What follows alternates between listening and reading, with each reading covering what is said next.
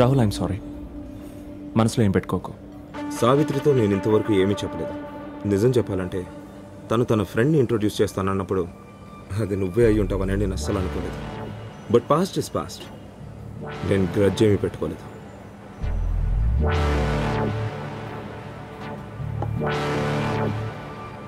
నేను నీకు అప్పుడే చెప్పాను, ఎప్పుడూ ఈక్వల్గా ఉండే వాళ్ళ మధ్య కాంపిటీషన్ ఉంటుందని.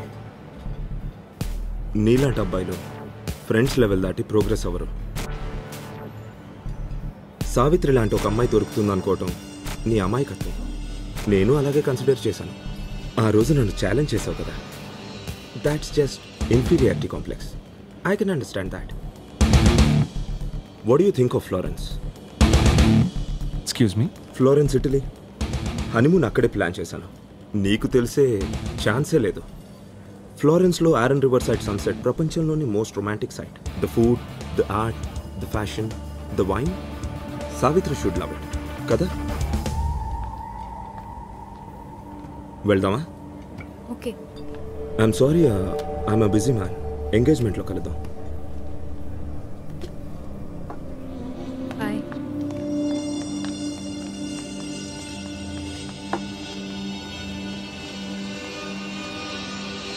రాహుల్, 1 minute.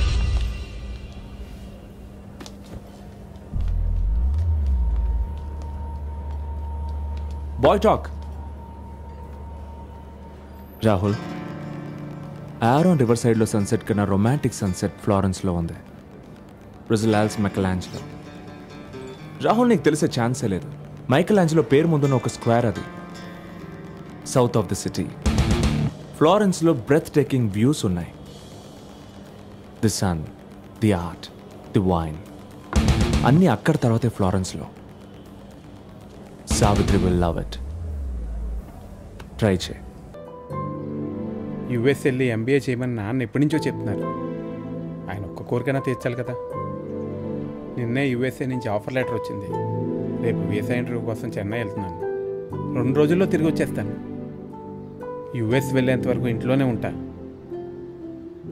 ఓకే. కాలిఫోర్నియా కాబట్టి నీ గేమింగ్కి మంచిదే. గేమింగ్? ఏం గేమింగ్? నాకేం కావాలో నాకే తెలీదు. ఒక్కొక్కసారి ఒక్కొక్క పిచ్చి. ఈరోజు గేమింగ్, రేపు ఇంకేంటో. నాకేం కావాలో నాకే తెలియట్లేదు. కానీ నీ విషయం అలా కాదు. నాకు తెలుసు నీకేం కావాలో. ఇబ్బంది లేని లైఫ్ ఎవడుకుంటుందో చెప్పు. మనం దాటగలిగిన కష్టాలే దేవుడు మన ముందు పెడతాడంట. ఇది వీడియో గేమ్ కాదు గుమ్మడి, కష్టాన్ని దాటడానికి. లైఫ్ గురించేరా నేను చెప్పేది. నువ్వు నన్ను అడిగావు కదా, మా నాన్నకి అసలు నవ్వడం చేత కదా, ఎందుకు ఎప్పుడూ కోపంగా ఉంటారని. అది నువ్వు అనుకున్నట్టు నా మీద కోపమో టెన్షనో కాదురా. దాని పేరే ప్రేమ. ఆయన చిన్నప్పుడు ఆయన ఒక అమ్మాయిని సిన్సియర్గా ప్రేమించారు. ఆ అమ్మాయి వాళ్ళ ఫ్యామిలీ బెదిరించేసరికి వాళ్ళని ఎదిరించే ధైర్యం నాన్నకు లేకపోయింది. ఈ వాస్ ఎ కవర్డ్. ఆ అమ్మాయి వేరే పెళ్లి చేసుకుని వెళ్ళిపోయింది. మా నాన్న ఆ బాధ నుంచి బయటపడటానికి బొంబే వెళ్ళిపోయాడు. బాగా డబ్బు సంపాదించాడు. తిరిగి వచ్చి ఊర్లో బిజినెస్ స్టార్ట్ చేశాడు. మా అమ్మని పెళ్లి చేసుకున్నాడు. కానీ ఆయన మనసులోంచి ఆ అమ్మాయి పోలేదు.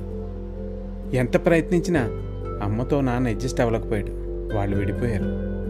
ఈ కథలన్నీ అమ్మ నాతో చెప్తున్నప్పుడు నేను అనుకునేవాడిని, ఆ రోజు నాన్న కొంచెం ధైర్యం చేసుంటే ఈరోజు ఎంతమంది సంతోషంగా ఉండేవారు కదా అని. ఈరోజు మా నాన్న పరిస్థితిలో నువ్వు ఉన్నావు. ఇప్పుడు నువ్వు ధైర్యం చేయకపోతే మా నాన్నలాగా నువ్వు లైఫ్ లాంగ్ బాధపడాల్సిందే.